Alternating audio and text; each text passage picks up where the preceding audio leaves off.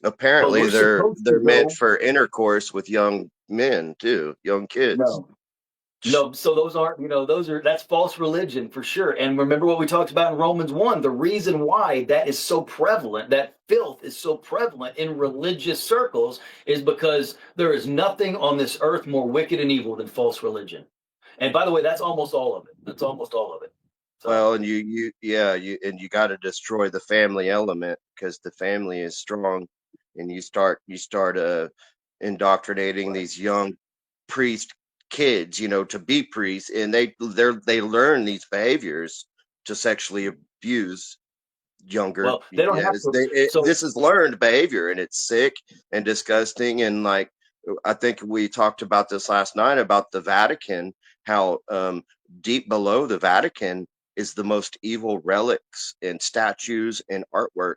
Is all the scariest stuff you could ever imagine, like Indiana Jones style, is stashed underneath the Vatican. Why would you want that okay. shit underneath your church? Like it's almost like you're not protecting.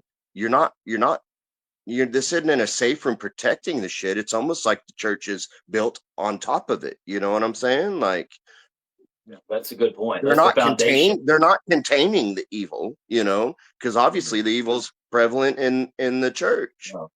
They're not, they're springing forth from the evil. It's their foundation, it's their root. So think about this Right. though. It's not that they were trained up to molest, little boys or whatever. Here's what it is. You've got lost people. That's the way everybody starts off. And then they get into this institution called the Catholic Church. You're not going to find any salvation there because the Catholic Church doesn't preach Jesus. They preach some false Jesus that believes in works and tells you to do a whole bunch of stuff and give them money.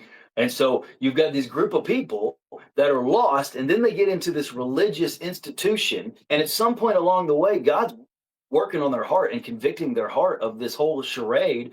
But in order to advance in this religious institution, they've got to quench the Holy Spirit and they've got to shut it up and disagree with it. And eventually they do that so much that they just say they've blasphemed the Holy Spirit. They've rejected God for the last time.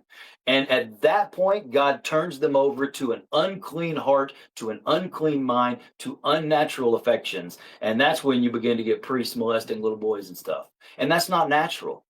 It's natural for, men to see a woman and like his eyes are drawn and you have to be like, nope, I'm not gonna. It's natural for you to want to overeat.